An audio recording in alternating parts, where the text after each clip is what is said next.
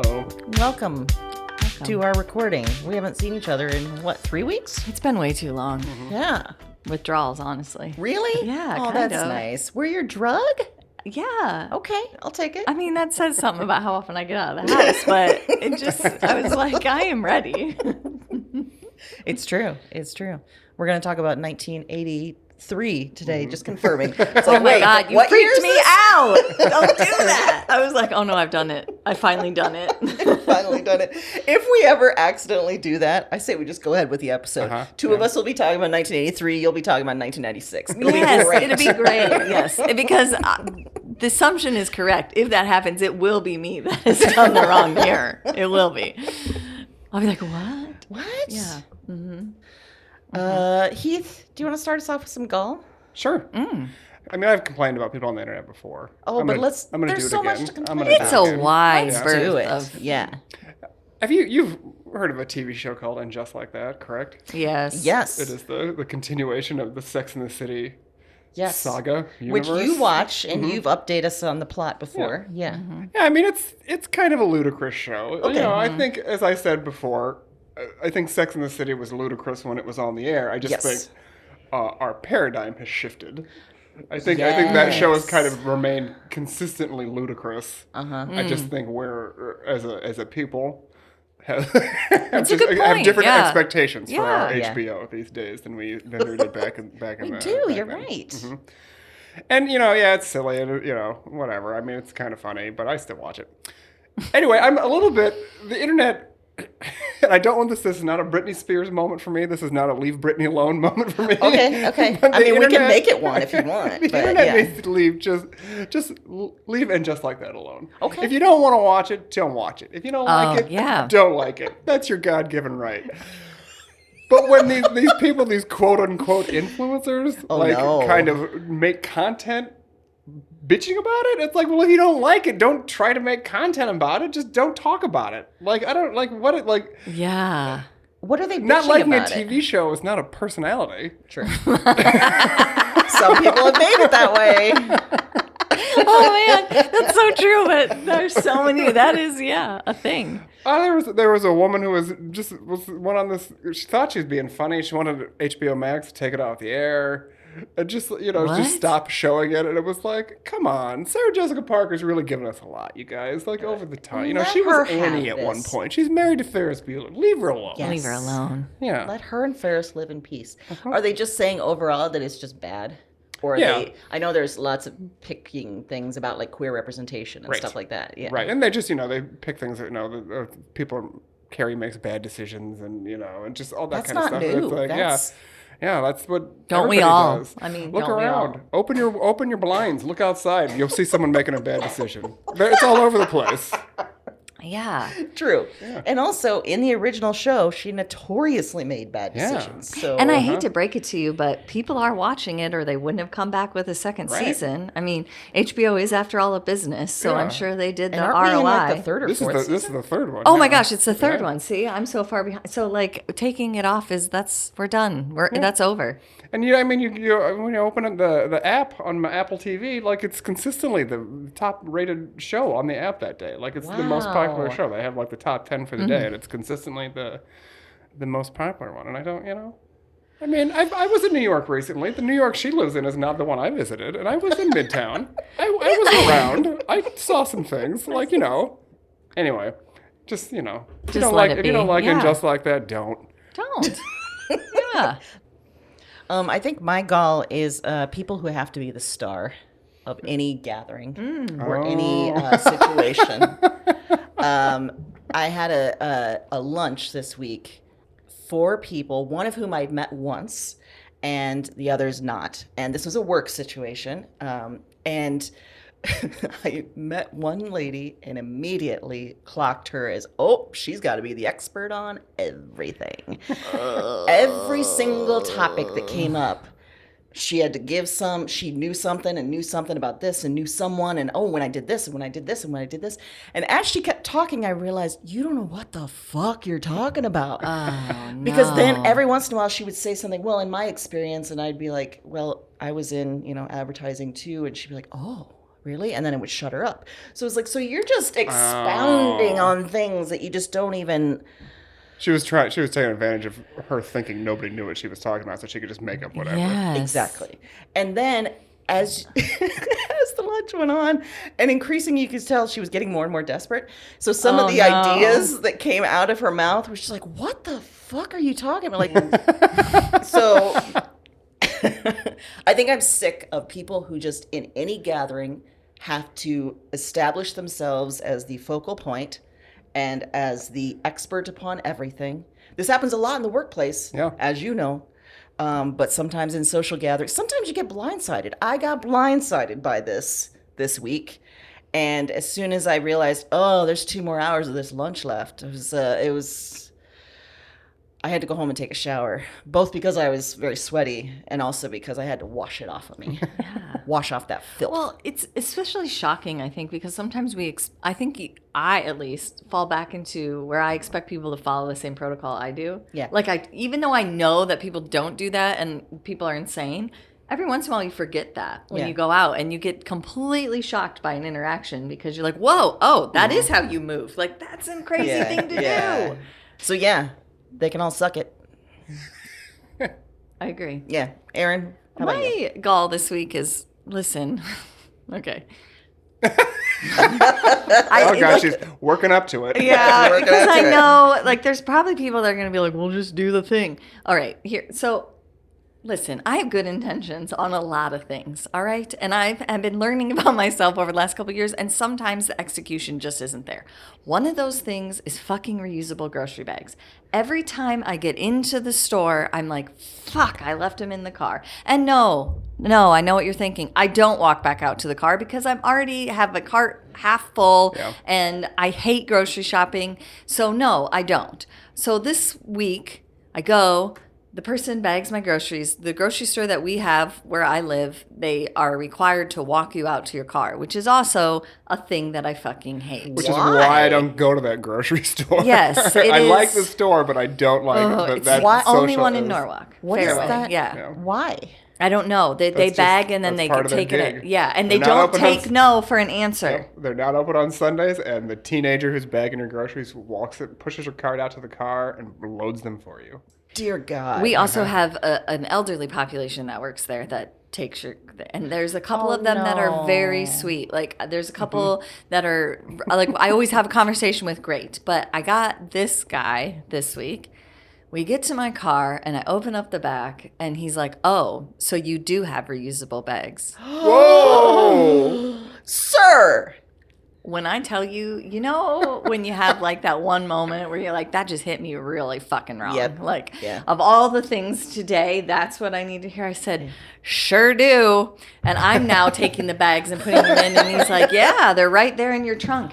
You're going to be right there in my trunk too, buddy. Shut the fuck up. I thought, are you fucking kidding me? And when I tell you that I turned my entire body, and I very rarely use a mom look. And I turned my entire body and just made direct eye contact and stared at him and said nothing, but mentally was sending like mind bullets of, are you fucking doing this right now? Do you know how close I am to losing it? Was this a teen or a senior citizen? Senior citizen. Oh. Even worse. And I was like, I just looked at him and kept putting the groceries in. So we were just making eye contact while I was angrily putting the bags in. And he gets the cart and says, have a good day. And I just went and got in my car because I thought, you know what? I just don't need it. No. I get it. Have a terrible day. Don't you fucking tell me what to do. I'll have the day I feel like having. Yes. Oh my God. I was so frustrated. I got home. I was still flustered. I'm trying to explain to Mike. And he's like, he said, what? And I was like, he pointed out that I had reusable. Like, I need that in my life. It was a whole thing. So, listen, I get it. But I just don't think that's something we need to comment on. No. I would think basically when you're bringing the groceries to the car, you don't comment on anything in the car. Yeah. You just drop those groceries off and you say, boop, I'm out. Unless there's a person tied up in that trunk. Exactly. You keep your mouth shut. Yeah. And even then, maybe think about what you're going to say, because she had a bad day. So, yeah. Also, listen, Give the I'm not customer the trying to benefit of make... the doubt. Maybe that person's tied up in their trunk for a good reason. Maybe It's sex play, all right? Just leave them alone. Let it be. I was like, You don't know me. Yeah. You don't know my life. And I thought, you know what? Where's Walt when you need him? He's my favorite guy. He always brings everything out. We have pleasant conversations. Aw. He's so sweet. He always asks about my grandkids, and I always ask about his. And we just load it up together. We make the quick work out of it. Well, who the fuck was this guy then? Not Walt.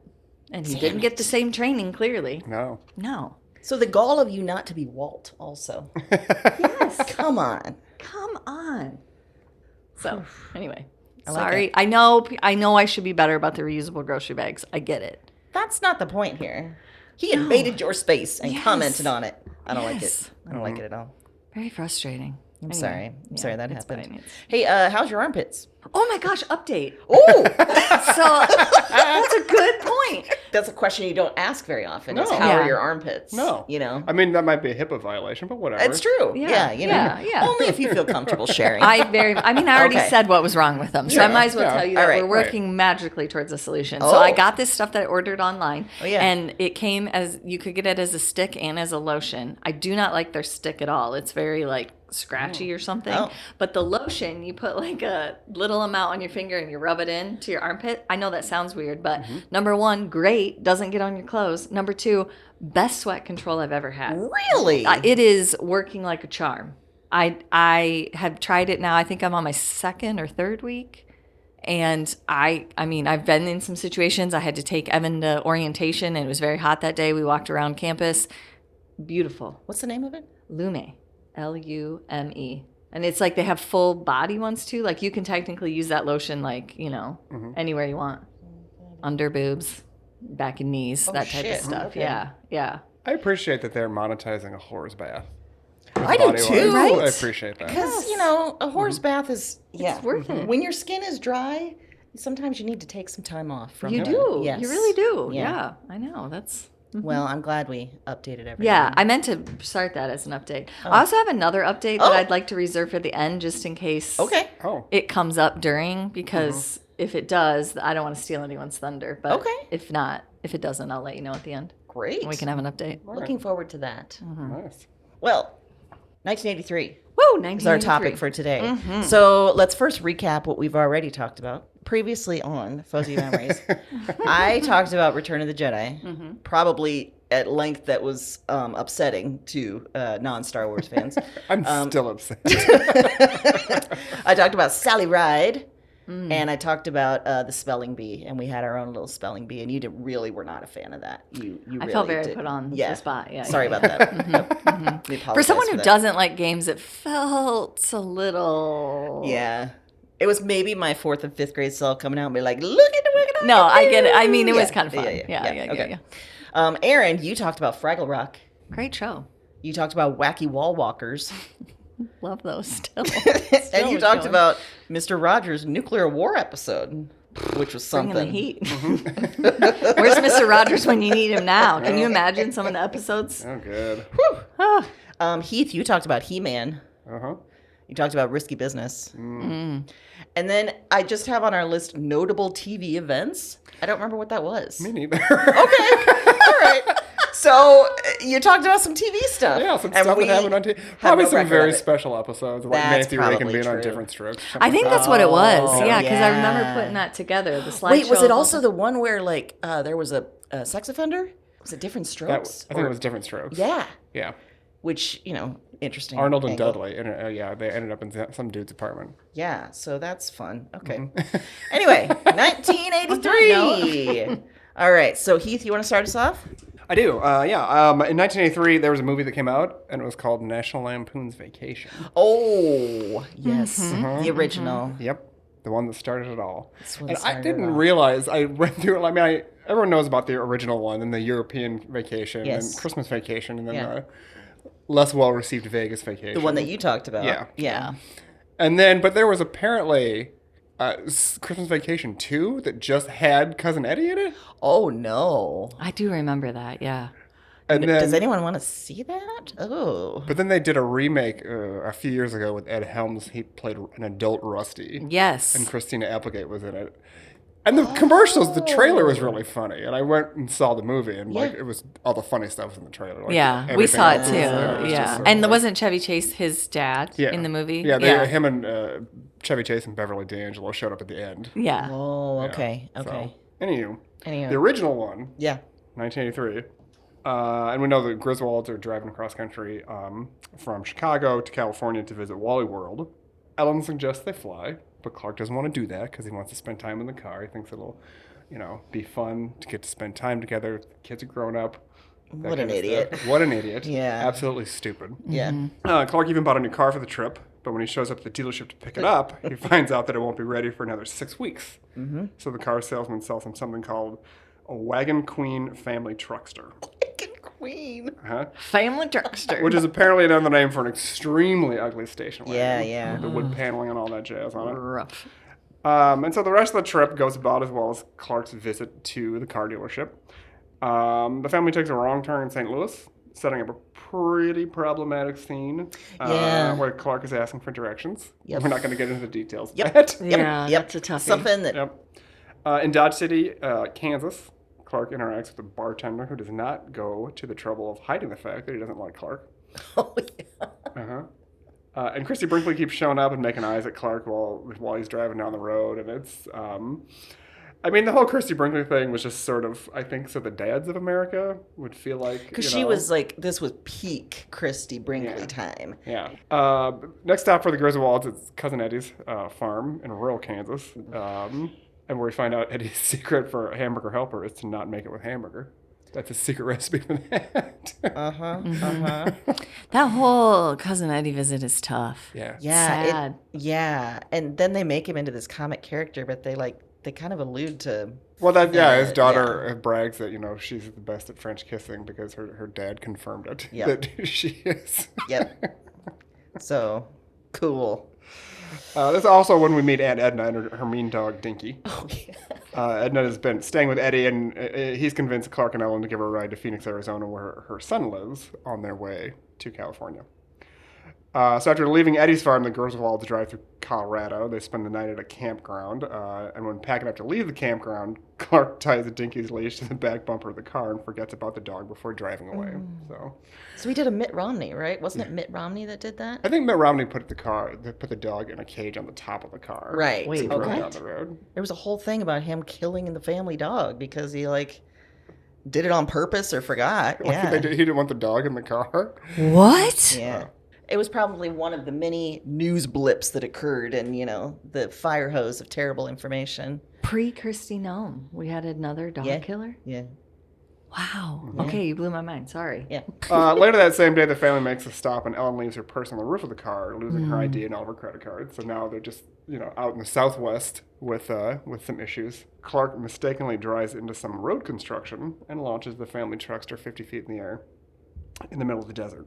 So it takes all of the money they have left on them to pay for the repairs, and it's around now that he realizes that when he reported Ellen's credit cards had been lost, the bank shut his off too. So he does what any of us would do. He robs a hotel at the Grand Canyon because they wouldn't cash his personal check. Yep.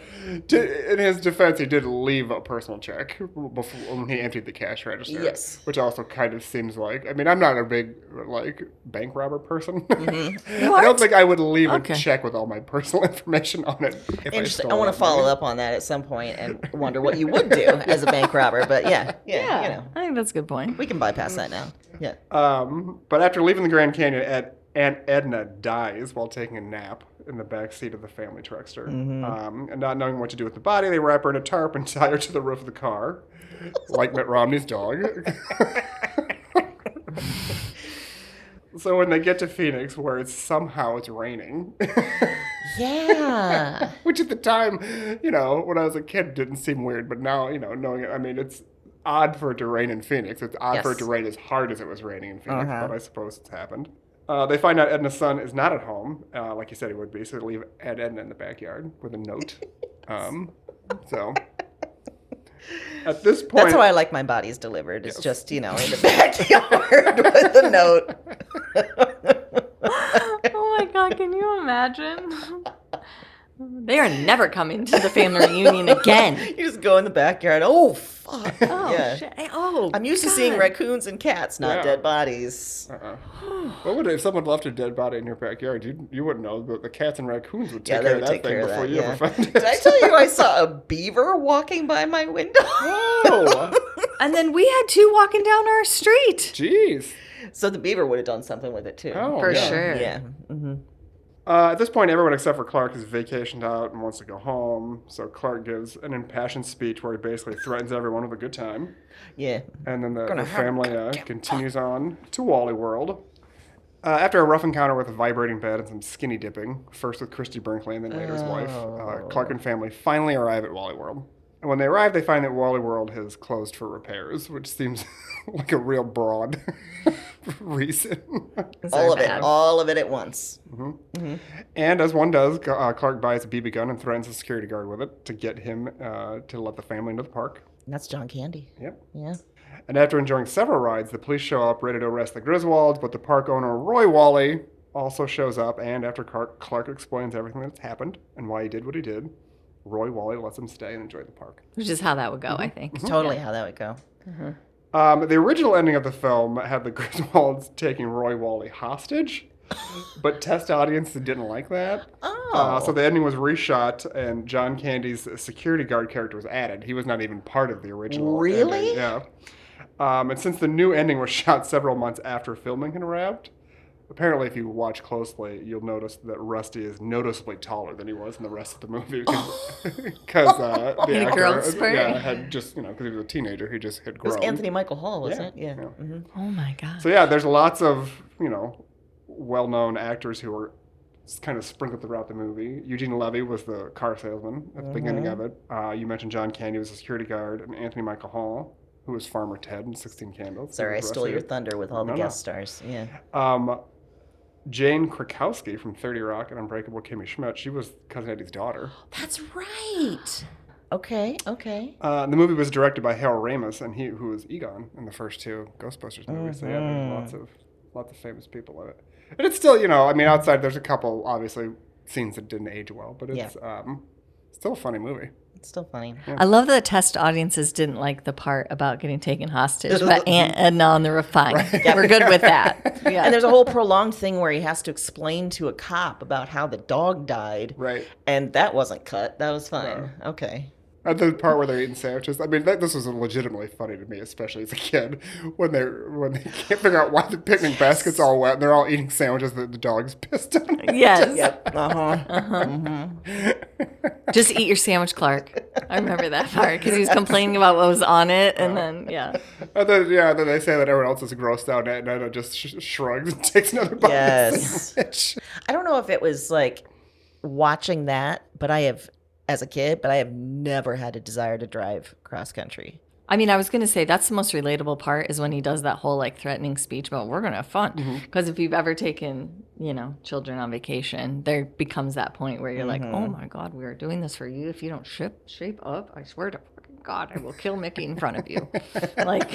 What are we doing? And we've had that. We've driven a couple times. We drove the kids to Florida. Most recently, we drove to Tennessee on spring break. And there is something, I don't know, that we enjoy, the nostalgia of it or something of them. But it has to be the right people, right situation. Yeah. Well, it's in 2020, towards the end of 2020, Michael and I drove to Palm Springs and back. Yeah, that's right. That was more fun on the way out than it was on the way back, but that was because I was given some questionable directions. Sure. That sounds right. Guess what? I have a sort of tie-in because this is about a moose in a way. On February 22nd of 1983, Moose Murders opened and closed on the same night in Broadway. Oh, for some reason when you started saying I thought it was a restaurant or something. I was like, I thought it was like a purge situation that they were letting people kill moose for one night. I was like, what? It's a Broadway show. I like that show. story better. That's way better. Because this was proclaimed by the New York Times to be the standard of awfulness against which all Broadway flops are judged. Oh. So this was the biggest flop of all time, apparently. Wow. So Arthur Bicknell, he had previously written 2 off-Broadway productions. He wrote Moose Murders, and he said it was intended to be a farcical, melodramatic murder mystery. So apparently, the convoluted plot revolved around a wealthy family vacationing in an Adirondack lodge. There was a man-eating moose a wheelchair-bound quadriplegic person bandaged like a mummy, Wait, and what? a caretaker wearing Indian war paint but speaking with an Irish accent. Ultimately, like, when So you what's think the about problem? it, but ultimately, when you think about it, like, many Tony Award winners have had real weird plots when you think about it. But Yeah. they're apparently the behind the scenes made this so much more chaotic and so bad. So the director, John Roach, cast his wife, Lily Robertson, in one of the leading roles, as you do. As you do, yep. She was not an actor, but she made up for it in cash. She was an heiress to a Texas oil fortune, so she bankrolled the production. Oh. That's like one of those things you hear, but you never think is real. I'm the heiress to Texas oil fortune. So Eve Arden, who was an aging star from Hollywood, was cast as the other leading lady. And apparently she was struggling hard to memorize her lines and follow stage directions during previews. So she left the production and was replaced with Holland Taylor, Oh. well known now Yeah. as Sarah Paulson's beloved. Yep. Yeah. So previews for Moose Murders Might was as a well, different. but yeah, that one It did was a well. different- Yeah. It They was had fine. quite a run. That one Yeah. was fine, yeah. They were so chaotic and sparsely attended that producers had to pull people off the streets to get in for the audience, including one man who critics said was covered in vomit. Oh. I'm sorry, what? Now he was covered in vomit when he went in, or he vomited on himself because it was so bad? Great question. I don't know the answer. Yeah. I mean, I if I don't was- know the timeline of the vomit. If I was in the show, I think I'd rather perform to an empty chair than someone covered in vomit. Right? And then, you know. Yeah. I really need to know if he vomited on himself during the play. Yeah. It was probably during the play that we're just like, no, we actually need you in here. We're not going to ask you to leave. No, we're not gonna you gotta show stay. that. We Sit in Yeah. your need vomit. people in the seats. Yep. So at the close of the performance, the curtain failed to fall on the final scene, and the characters were just stranded on stage. This was all during previews. Okay, so this is a hot mess during previews. So on opening night, everything went as it was supposed to go, but at the end there was no applause. Ooh, that's Right? right. That's, One member. That's bitchy. One member of the cast said later, I don't think there was ever a show in the history of Broadway where you took a bow to silence. So apparently they suffered through the silence and they were like, yeah, this isn't going to work. Because then the reviews came out and they were no. not good. The New Yorker said that it would insult the intelligence of an audience consisting entirely of amoebas. To which the First of all, amoebas said, fuck you. yeah, Yeah, right, the yeah. amoebas were like, I don't want that. Yeah. Leave us alone. What did we do? Why are you bringing us into Yeah, this? we obviously wouldn't go to Moose Yeah. Murders And we definitely wouldn't vomit while we were there. Yeah. on ourselves. The New York Post described it as so indescribably bad that I do not intend to waste anyone's time by describing it. That was the whole review? Yeah. Wow. That's a toughie. Yeah.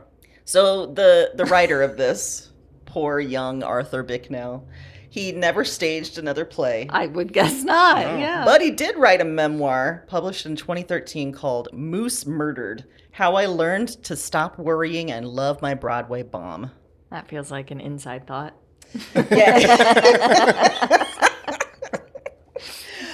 What I love is that, like, Holland Taylor apparently survived, so I Yeah. don't know if she just distanced herself from it or, like, I never bet knew about this. I bet it helps that it was just one night. Yes. Yeah. Yeah, if they would have been stuck doing this for a long time, I feel like it would have been. And maybe that was part of it. Maybe at the end they were just like, let's cut our losses. Let's just pretend like this never happened. I mean, if it's opening night and those are people that wanted to be there, Right. Right? I mean, And you would and to assume not some family or right. someone that knows the people Yeah. that maybe would have tried to start a clap. So if your Right. own family was like, we can't even clap for this. Yeah. That's Or rough. maybe going in, like, the actors and everyone knew it was such a train wreck that they told their family, don't could be too. come. Yeah, don't Yeah. come. Yeah. Don't even watch this. Or maybe it was all the people they hauled in off the streets. They were too busy, like, trying not to get sick. And so they didn't want to Something clap. happened. Because if I clap, I'm going to jostle myself and I might get sick. I'm going to jostle the gentleman next to me who's covered in vomit. Yeah. So I had never heard of Moose Murders, but apparently that in the Broadway world is the lore of the worst bomb ever to bomb. And it's given Moose a bad name, you know? Yeah. And amoebas. Wow. And amoebas. And amoebas. That is something. Yeah. Well, 1983. Really just building up to it. Yeah, All I don't know right. why. Okay. Because my mind was still on the vomit guy. Okay, yeah, and yeah, I was sure. just thinking about, there were so many questions I had there about how that happened. Anyway, 1983 saw the start of a cartoon that I still use phrases from, whether I should or not, called Inspector Gadget. Oh, yes. I yes. often refer to my arm as a go-go gadget Go-go arm. gadget arm. Yeah, absolutely. So this cartoon ran from 1983 to 1985, and when I was... That's it? It was... Yeah. Wow. I would have thought it was on for a lot longer. Me too. It had ran staying power. That was it was in syndication forever. Like they kept re-showing it, but it reminded me when I was doing the research of it a lot of what you said about Mr. Wrong in the last episode of like, hey women, just in case you wanted to know, we still hate you. This Hey, gals. sort of what Inspector Gadget was doing, because the whole premise is that he's a world famous cyborg police inspector who works for a secret police organization that combats crime across the globe. And each of his missions is focused on the criminal schemes of MAD, which stands for Mean and Dirty, a criminal organization led by nefarious Dr. Claw. Driving. Yeah. That's 2 D's. That's double D's. Oh. And Mean and Dirty doesn't sound that's... that bad. No. Like Mean and Dirty. You need a more menacing name. Yeah. I mean, yeah, exactly. So missions that he would go on, they often occurred in foreign locales or within the fictional city of Metro City, which we did a really good job with the writing in the show. Metro City? Metro City, yeah. Cool. So despite the fact that Inspector Gadget is equipped with numerous gadgets, including a personal vehicle that can morph between a family minivan to a compact police car. That's handy. He's ultimately incompetent and clueless and comes up with crazy theories, mistakes the mad agents for friendly locals. He's always getting in trouble. He often uses a gadget that's not called for.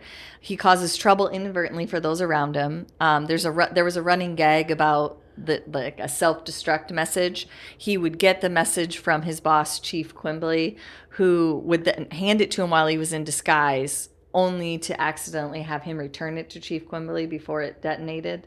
Like he was lucky enough to hand it off, but he didn't really understand it was a message.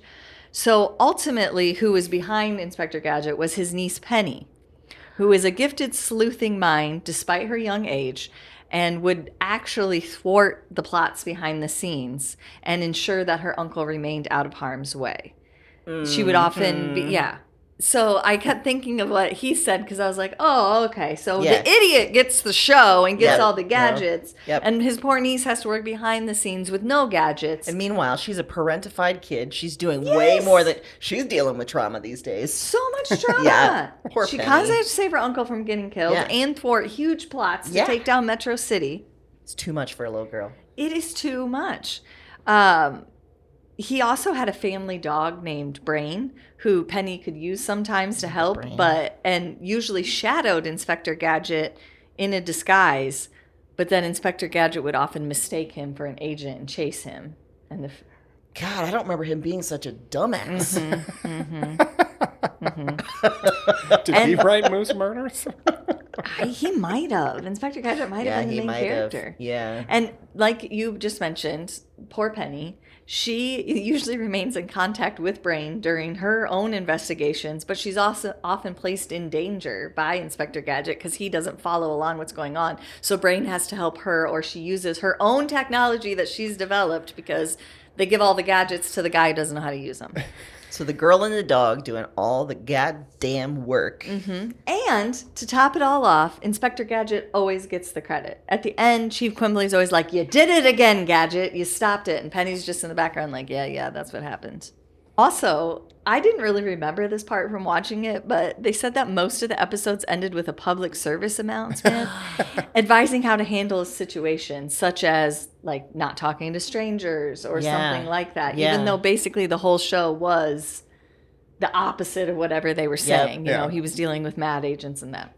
I also found a list of some of the gadgets. Oh. And this is where I had some questions for some of the writers. Okay. We know about gadget arms, go-go gadget arms. Yeah. So his arm would shoot out and it was long. He had a gadget hand. Go-go Okay. gadget hand. He had a gadget hat, Oh. which included a spring in case he fell. Okay. Yep. He had gadget legs, which were giant springs. He had a gadget brella, which is what it sounds like. It pops out of a hat, basically an umbrella hat. Oh. He had a gadget copter, which just meant that a blade popped out of his hat. So I don't know why that wasn't just part of the hat. Yeah. Why we didn't just have a gadget hat. Gadget roller skates, which... Oh. Are those just roller skates? Yeah. Okay. And I cannot think of a time. I think they Yeah. popped out of his shoes. Oh, I see. The I wheels. see. So wheelies. Okay. Like Right. those became popular later. And I can't think of a situation where I would be in a precarious situation and think, what I need to add is roller skates. I'm going to roller skate my way out of this. Yeah. Yeah. I'm going to channel Xanadu and Yes, act like exactly. I'm listening to some hot clarinet and get on out of here. On my roller skates. Now I want him to have a gadget clarinet, and he just takes off.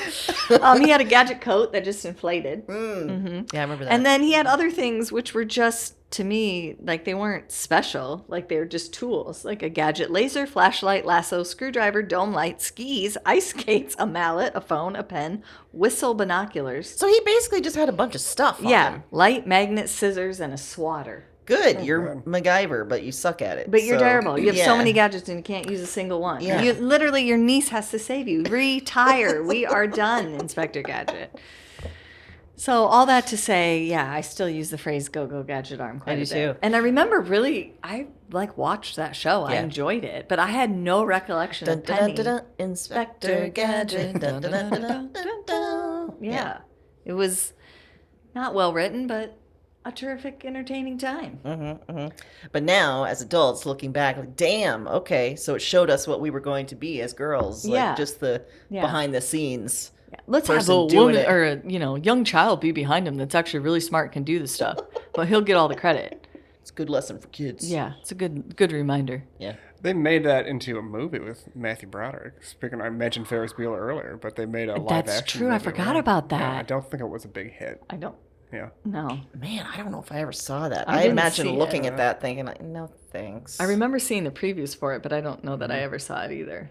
If I wonder if did, he I would- blocked it. if he was such a dummy in the movie as he was in the show. Oh, I'm sure. Yeah, I'd Yeah. have to bring Penny in and have her be. Yeah. Yeah.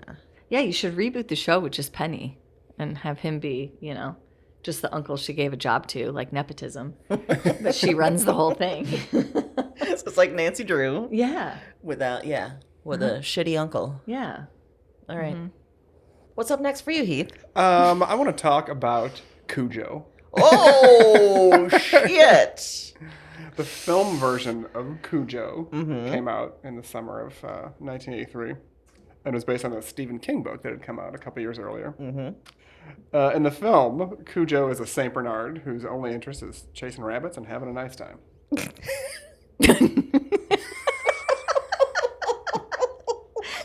Having a nice time. While chasing one of those rabbits, Cujo puts his nose into a hole and gets bitten on the nose by a bat that turns out has rabies. Which leads to some definitely not nice times for Cujo. Wait, that was the whole thing, is that he had rabies? Yeah. That was so much more terrifying in my head when I don't know what I It was remember thinking. terrifying. Yeah. Cujo's owner is Joe.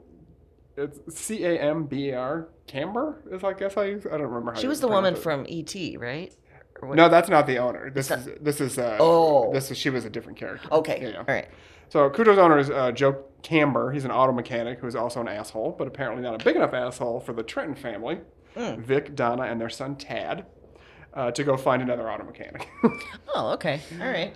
Yeah. Joe Camber's shop is at his home, and the Trenton family meet Cujo, and they bring their Ford Pinto in for repairs. So Cujo lives at the shop. Right. Okay. And at this point, Cujo hasn't lost his shit from rabies yet, so everyone's fine. Okay. Vic isn't fine when he finds out that Donna is having an affair with her high school boyfriend. And to be clear, he was her boyfriend when they were both in high school. He is not currently in high school. Okay. okay. That Yeah, makes yeah, more yeah. sense. Yeah. All right. Yeah. And really, I guess I don't know what that has to do with the rest of the movie. Like that doesn't. Oh, sort it's of just brought up thrown and in then there. never. Okay. Yeah. I don't know. If like we're supposed to think she deserves what happens with her and Cujo later. She's such a slut, so she deserves to get rabies. Yeah, Yeah. she deserves to be bitten by a rabid dog. So by now, Cujo has gone full maniac and has killed both the asshole mechanic and his alcoholic neighbor. Oh. So this dog is just fucking murdering people left and right. Go rabies. Yeah. Vic leaves town for a business trip, and his wife takes a break from sleeping with her old boyfriend to take their son and their Ford Pinto back to the mechanic's place for more repairs. When they arrive, Cujo tries to attack them, but they take shelter in their Ford Pinto, and the idea of a Ford Pinto being the only thing keeping you alive is some really legitimately scary shit. It is. And what's wrong terrifying. with the car that it keeps needing repairs? The Ford Pinto was a deeply shitty car. Very, very shitty. Yeah. The car was prone to exploding and rear-end collisions and led to lots of lawsuits and questions about product safety for Ford. So, Good job, Ford. yep. They also named it a Pinto. Yeah. I mean, it's just After a bean? What are you doing? Yeah. I remember my dad's stepdad drove a Ford Pinto. Yeah. And I remember it was either me or my older brother. I don't know which one of us did it. Broke the antenna off of the car. It was parked in our driveway, and it wasn't hard to do. Like, I just remember the thing just like a child just snapped it off the car. Oh my God. He wasn't very happy about it. Oh, well. So yeah, back to Donna and Tad. They were stuck in this Ford Pinto. She tries to drive home, but the car won't start because of its deep shittiness, that we just talked about. Yeah. So they're just stuck in this Ford Pinto on a hot day, not knowing what's going to get them first, the heat or the rabid dog. Oh, God. Yeah. That's a no-win situation. Nope. Because I, one time as a child, spent an hour on top of a slide in a park after being chased by a dog. Oh. And it was one of those slides, that was meant to burn children when they went down. Yeah, it was like silver and just the sun was 10,000 degrees. Yeah, and my only saving grace is that my best friend at the time was up there with me as well. But the dog sat at the end of the slide and just waited until finally the owner realized that it wasn't out there. That's probably still to this day why I'm not a huge, I don't have a dog. I'm always a little afraid of big dogs. That makes total sense. I Yeah, mean, we literally got down off the slide, ran, and just stayed under her bed until her mom got home. We were so traumatized. It was terrifying. That makes sense. So inside a Pinto car is definitely worse than on top of a slide, and that was horrific. Yeesh. Did that dog get bitten by a bat too? I'm assuming. Yeah. Had to happen. Yeah. That dog at least sounds sexist. I mean, it was just chasing girls. At the very least, it was sexist. And it was one of those, we're both running, and she was far more athletic than I was, and she was trying to be nice, and I was like, save yourself! So she was running so much faster, and I was like, oh, it's fine. We're racing up the back of the slide. Oh, my God. It was bad. Donna tries to escape to get her son some water, because again, it's real hot. But Cujo bites her, and she ends up back in the car.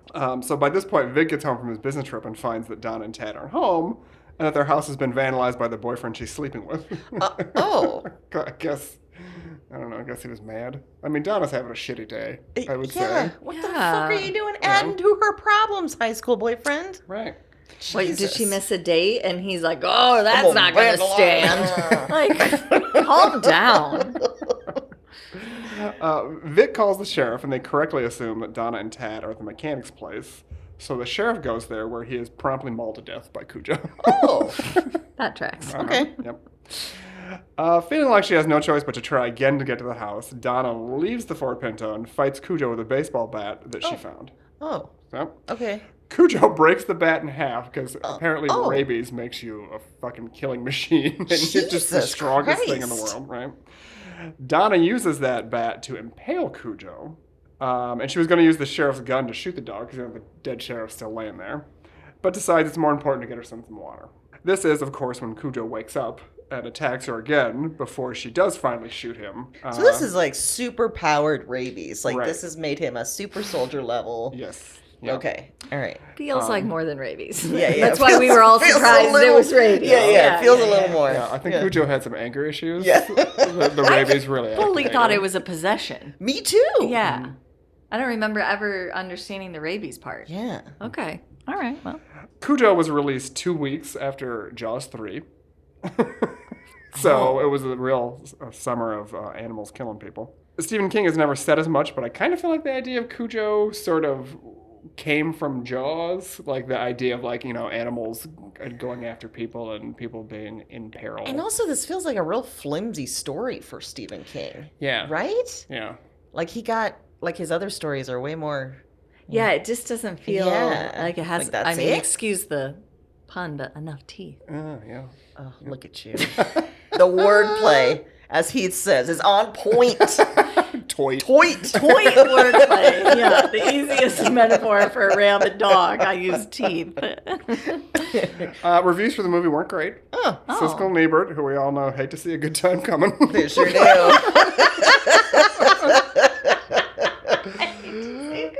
They called it, quote, one of the dumbest, flimsiest excuses for a movie that I've ever seen. Yeah. And also called it dreadful. So, Okay. I mean, I don't disagree. Yeah. Tad, who's the son of the movie, was played by Danny Pintaro, who would later go on to star as Angela's son on Who's the Boss. And there's currently a remake of Cujo in the works at Netflix. Why? But there are no writers or directors attached to it. Okay. So I'm not sure. Is it? It's going to Is be it in the AI. works? They're Yeah. just going to put that through Chat GPT and see what Yeah. comes out. So it's going to be great. Okay. All right. Yeah. All right. Mm-hmm. But Well, yeah, for- I mean, apparently I had a real thing for dogs this week because Dinky, mean dog, and National Lampoon's Cujo, mean dog. Yeah, you That did. dog that chased you up that sexist dog that chased you up a slide ladder. Damn misogynist dog. I know. Scarred me for life. Life. Well, my next one is continuing my constant Soviet beat. I love it. This was the year that Soviet leader Yuri Andropov struck up a friendship with a 5th grade American girl. Oh, that's problematic. Yep. Was it it's you? supposed to be an uncreepy story. I'm getting to that. So, in December of 1982, so before this, Samantha Smith from Maine wrote Cousin Andropov. Sammy. Yeah. Sammy asked if the Soviets were planning to start a nuclear war, which if I had known I could do this, I would have done this. Okay. All right. There it is. Yeah. I would have written and asked, what the fuck are you doing with nuclear war? Yeah. Okay, so I don't. Okay. Yep. Samantha Smith got to it first. So in April of 1983, the Soviet Union released a letter that Andropov wrote back to Samantha. So context-wise, this is around the time Reagan is calling the USSR the evil empire, like things are heating up. And the hardliner Brezhnev had left in 1982, and this new guy was going for a more like folksy, grandfathery kind of approach, right? So Samantha's original note says this: "Dear Mr. Andropov, my name is Samantha Smith. I am 10 years old." First off, this is a stupid fucking letter. You're not writing it well. Congratulations. Grow the fuck up, Samantha. Yeah. Geez, Samantha. Congratulations on your new job. I have been worrying about Russia and the United States getting into a nuclear war. Are you going to vote to have a war or not? If you aren't, please tell me how you are going to help to not have a war. This question you do not have to answer, but I would like to know why you want to conquer the world, or at least our country. God made the world for us to live together in peace and not to fight.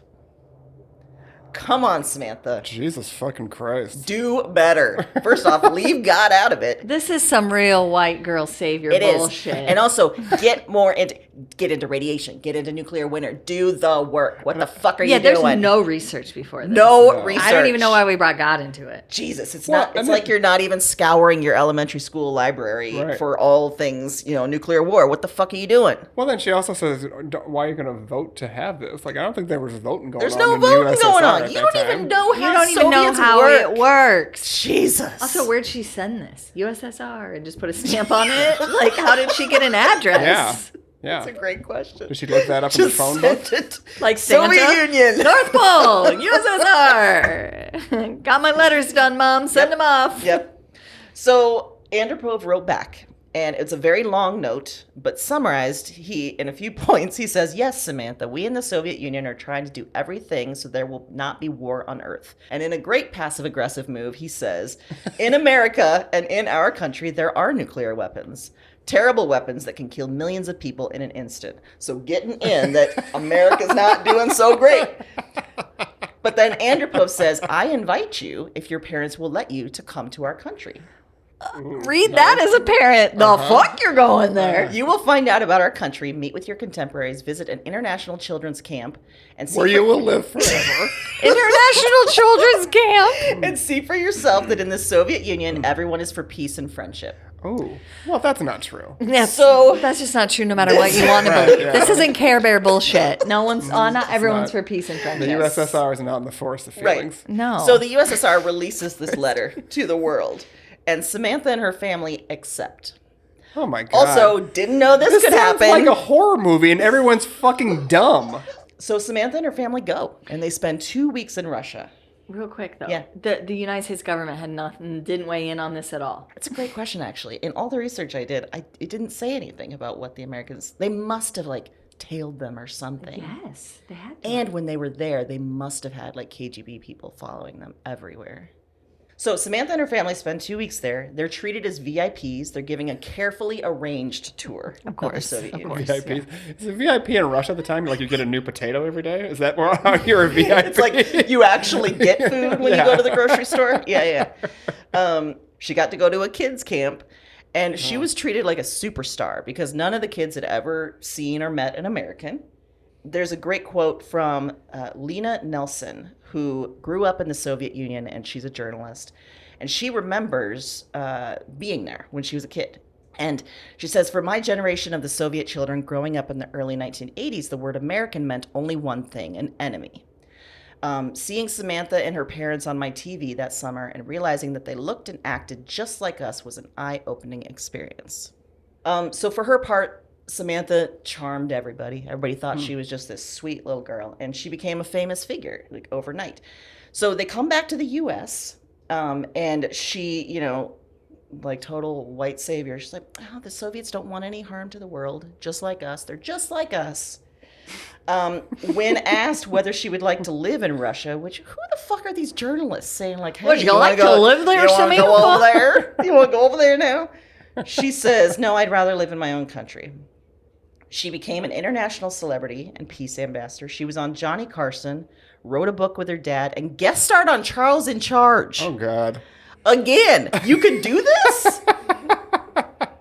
Not a great ending, because in 1985, she and her dad died in a plane crash at age 13. And around the same time, Yuri Andropov died from kidney failure.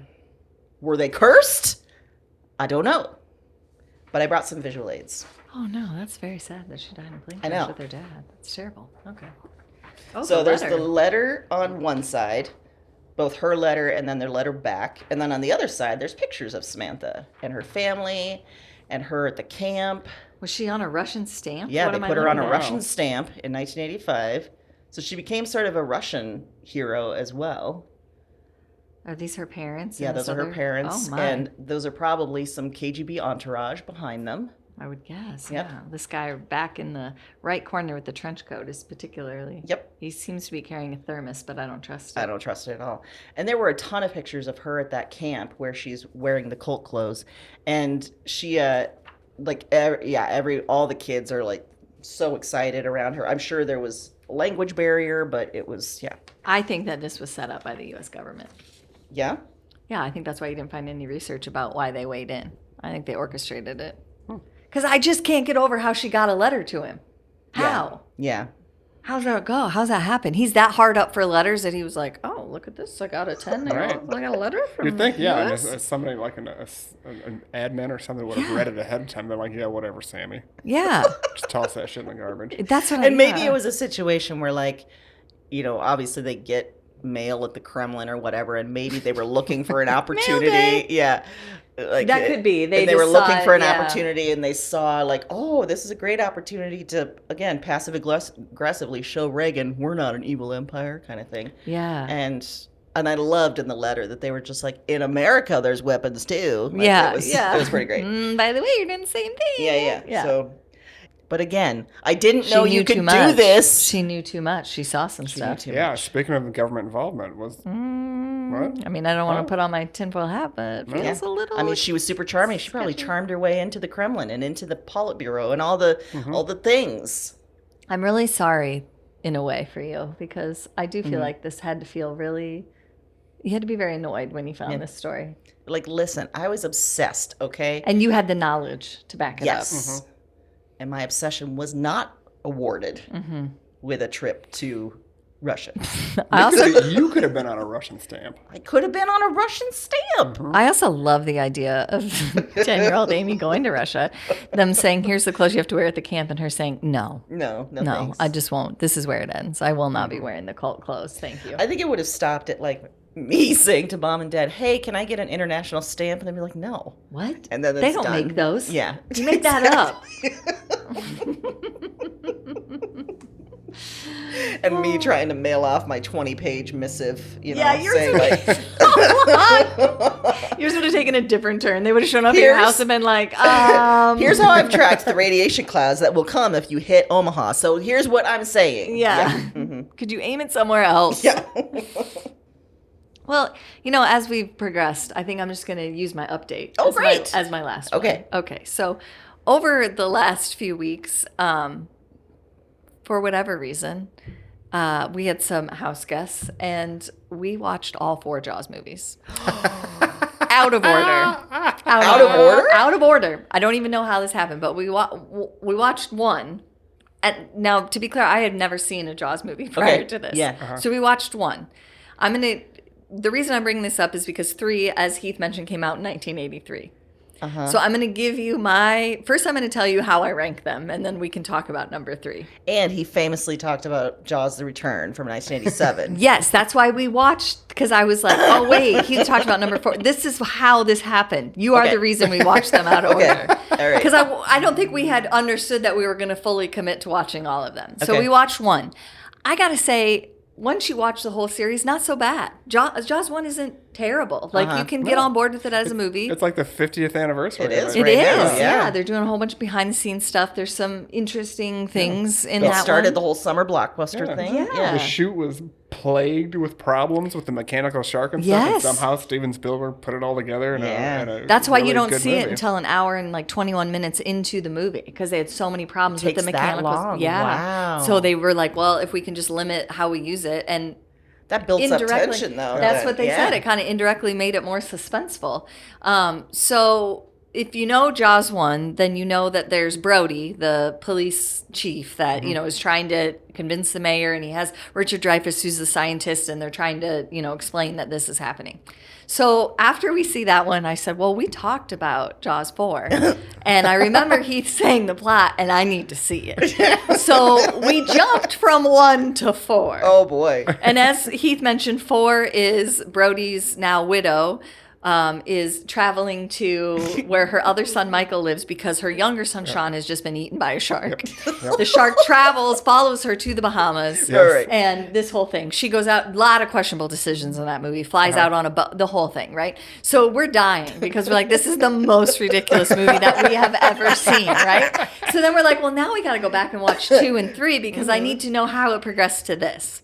So we go back and watch 2, and in 2, they are, now I'm going to forget because 3 stands out so much to me. In 2, we go back to the same area, and everybody thinks Brody's crazy because he said this is going to happen again. It's the next summer after so it's Jaws the same 1. Stars, though. It's He's the same people. Stars. Okay. His sons are a little bit older. Michael's a teenager. He's like, you can't hold me down. I'm going sailing with the girls, whatever. And there's the shark, and he ends up taking the younger son with him at one point, and that's when the shark attacks and they're stranded, and Brody has to save them, but he crashes a police boat into rocks. It's a whole dramatic thing. Okay. So objectively, it's not terrible. Yeah, it has not fallen off the edge yet. Okay. No. Serious Okay. not. It's okay. It's not great. It's Is really it centered definitely around a money grab? Like, it wasn't kind necessary? of, and okay. there is an interesting to me kind of writing angle in that one, that they kind of really focused on Brody's mental health, like people being like, because there's at one point where he thinks it's happening and he runs to the beach and fires his gun into the water, and he gets suspended basically as sheriff. Like, they're like, you're no longer, because you can't do that shit. He scares all these people off the beach. Okay. And I thought that was kind of an interesting, like, that would affect you that way. Right. And I think the mayor was in the second one when the mayor was just like, don't tell anybody about the shark because we want tourism. We want people here for the summer. Okay. And they're telling, like, it is just, there's a lot of people in charge that are just willfully, intentionally making terrible decisions. Because a big whale comes up on the shore and they bring in a scientist and she's like, this is a shark attack. And they're like, what would attack? And then Brody's like, oh shit, the shark, we got another shark. It's back. Okay. This is a problem. And the mayor's like, Is it the same shark from the No, first because one? they explode that shark. I think Yeah. this is like the shark's brother or cousin or Yeah, something. we're like that. assuming Yeah, that yeah. it's a familial line through all of them Right. somehow. Yeah. Yeah. So that's 2. We go from 2 to 3. Okay. Which was in 3D. Oh, yeah. Have you seen boy. 3? I haven't seen it for a long time, but it is dumb as hell. It is I can say this with full confidence, the dumbest movie I have ever watched in my life. What in the actual fuck? I can't even believe they got a 4 after 3 because this is my ranking. I go 1 is my top. Uh-huh. And then I say 2 just because it's not terrible. There's Right. some interesting part. 4 and then 3. Wow. And I would even move 4 above 2 just because it's funny. Right. The yeah. line. It's entertaining to watch it because yeah, it's so ludicrous. It's so ridiculous. But 3 is ridiculous a whole new way. It has Dennis Quaid Oh. as the main guy. Yeah.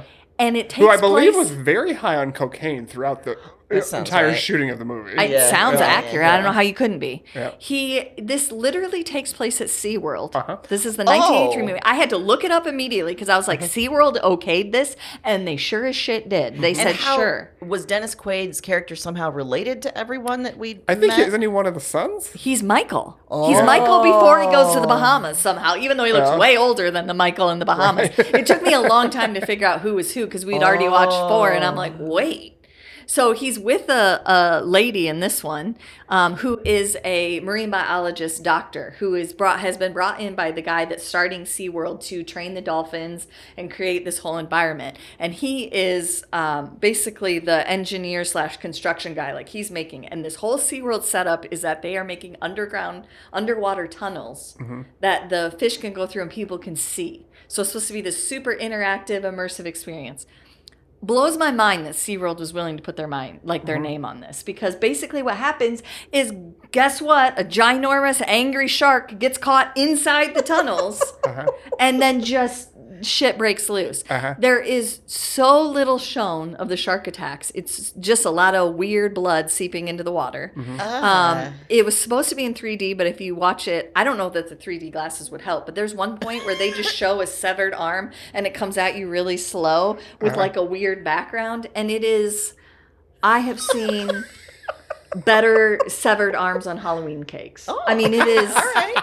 It is unbelievably bad. The graphics are so bad. The part where that guy's head is just floating in the water and like Yeah. one of his eyes is bugging out somehow. And I'm like, explain how this shark bit someone's shoulder and head off. Yeah. Yeah. But it's still, you can see Floating. what it is and it's just floating Yep. around in the water. It's just floating. Okay. And we find out that the first guy is basically killed by a shark because his like jilted girlfriend shows up at the park next day and is like, you can tell him I'm done. He didn't come home last night. And they're like, oh, you know how he is. He just sometimes gets too drunk. He'll show up. Like, this is Dennis Quaid making excuses for him. And she's like, I hate him. And then like the next scene is her being like, I didn't want anything bad to happen to him. And you're like, yeah, he got absolutely decimated by a shark in the tunnel. Like, it is so strange. You have a guy that's the director of SeaWorld that keeps like, so at one point, the scientist's girlfriend, the marine biologist doctor girlfriend, wants to help the shark. She's like, if we can get the shark into captivity, we can figure out why it's doing this. This isn't normal behavior. And is this the same shark from 2 or another relative? It's another relative. Okay. Yeah. And then is the shark I think in the sharks Revenge? die. The sharks die at the end. In They always die. every season, or every So, season. How then is the 4th one so pissed? He's related to number 1 somehow. We And he's- assumed yeah, that okay. that was okay. So what they say in 3 is that it's a mother protecting her children. Oh, okay. In number 3, they say it's a mother protecting her children, and that's why she's so crazy. Well, She's moms be protecting- crazy. See? Right, moms Yeah. are crazy. Hollywood hates women. Yep. Hollywood hates. They made the shark gals. female and said she went fucking nuts. This is why women can't be president. Yeah, that reason right there. Because Because of they'll just fucking go sharks. off. So I assumed it was one of her children in 4. Just getting a vendetta on her. okay. You know, Yeah, yeah. going back and being like, oh. You killed my mom. I'm coming after your mom. I'm going to 'Cause break it's into the taken travel after- agent's office and follow you down. To be clear, that's my own interpretation. I Right. don't know if that's what they intended. That's never included. Sure. I'm just assuming because it was mom-to-mom war. But Got it. Okay. yeah, so the whole thing, they have to rush. They end up getting a whole bunch of visitors trapped in an underground tunnel that the water's rising because they have to close it off because the shark's in the tunnels and could get the people. I mean, just a PR disaster. And at the end of it, you're like, how the hell did SeaWorld think this was a good idea before it opened to put this out there? And I'm assuming It they wasn't just open thought, yet? No, it was like right around the time it was opening. They thought it was going to be good PR. I think they thought this was going to be a bunch of free advertising. And it's like, no, like people are dying. Like now they're, because at one point, they do get the shark inside. And they tranquilize it, and all of a sudden the shark comes alive, and they have to try and get people out of the park. It's a whole thing. And the whole time, these other guys want to shoot. There's some people that are doing a documentary that show up, and he's a real arrogant asshole, and he's arguing with the doctor all the time. Like, she's like, no, I want to treat the shark, and he's like, no, we need to kill the shark. And she stops them from killing it, and then finally, after it kills people, she's like, okay, we have to kill the shark.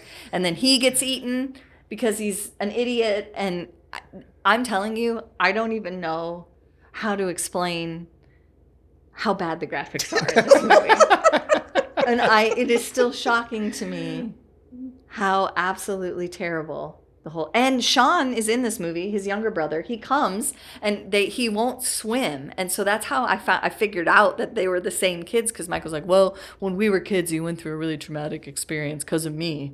On a boat, like I took him out and we got attacked by a shark and he was too young. And I'm like, you're like, oh shit. But Okay. that's what's so wild to me about these. It's like, what would have happened in the first one? I would have been off water forever. Exactly. What are we Done. doing Yeah, in I would have SeaWorld? stopped with showers. I would Yeah. have just done the horse baths. that's what Like, Brody there's no was like. fucking Yeah. way. There's no way I'd get back in the ocean. I wouldn't work at SeaWorld. I wouldn't do. Yeah, no way. And Yeah. all these people in this town have these boats that these kids are just allowed to take out during the day, like these sailboats, and they go to these little coves and party and hang out. And it takes halfway through the movie, even for Sheriff Brody to be like, no, you can't take the boat out anymore. You need to stay in. Something's happening. And Michael disobeys him and takes his younger brother with him, who's like 11 at the time or something. And they get stranded on top. He watches like his babysitter get eaten or something. Like it is...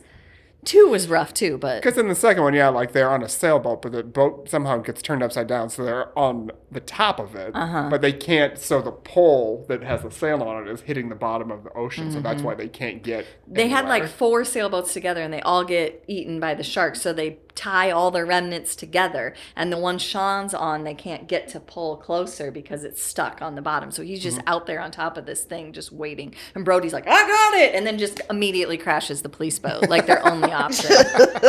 Oh, and it was the second one, the shark eats a helicopter too. Oh. yes! The helicopter lands and it's got Yeah. the inflatable, I don't know. That's right. Pieces on it, so it's supposed to be able to land on the water, and the shark comes up and bites it and pulls it into the ocean. So it feels like, one, you're right, Stephen King did take Cujo from this. Yes. 2, we were real scared of superpowered animals in the 70s and 80s. Yeah.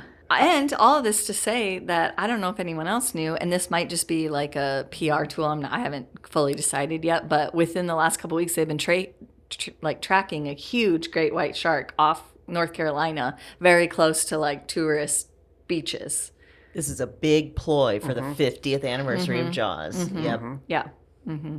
Yeah. So I'm telling you, I don't know if you got enough time, but if you just want some real weird entertainment. I thought you were going to say, I don't know if you have enough time before the shark attacks, but Hide your kids, hide your wife, we're done. wrap up your business. Yeah, and, get your affairs in order because it's coming. It's coming.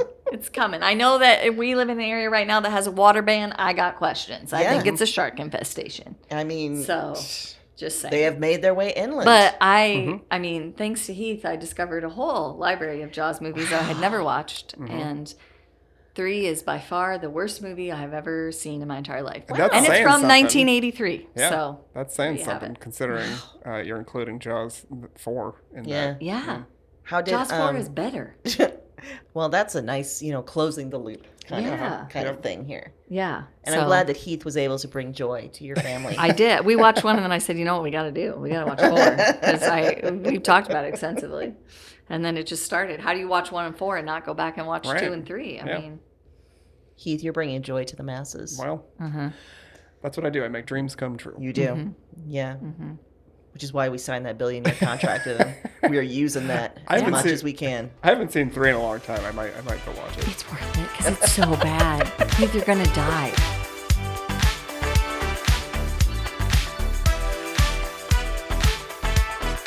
Fuzzy Memories is a Broads and Books production. It's hosted by Heath Smith, Aaron Johnston, and Amy Lee Lillard. Sign up at our Patreon for bonuses and new stuff. And be sure to follow us at Fuzzy Memories Pod on Instagram for clips and highlights. See you next time.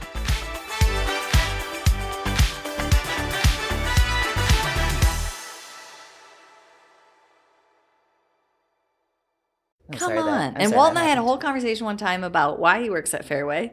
And he started 5 years ago because he retired, but he felt like he wasn't being very active. He gets in 10,000 steps a day. All of his numbers are great at the doctor since he started working at Fairway. This is a lot of info, Walt. Yeah. Okay. Walt drinks Diet Mountain Dew. Mike used to drink Diet Mountain Dew. So we always used to talk about when it was on sale and how much he loves it. Okay. Yeah. And then when I stopped buying it, he said, "Did he quit Diet Mountain Dew?" I said he did. And he goes, "Well, good for him." These are the kinds of conversations I have with Walt. And that's why I like him. The other guy, no thanks. No thanks. Did you catch the other guy's name? No, I was too enraged. He doesn't need a name. I know exactly. I could describe him in enough detail that a police could draw a sketch. You hold on to that. You may need it someday. I may need it. Yeah. I may need it. Mike said next time I go in there, if he's the one begging out, I should just say, no, I don't want him. Yeah. I demand Walt. I will let you take my groceries out, but he will not touch them.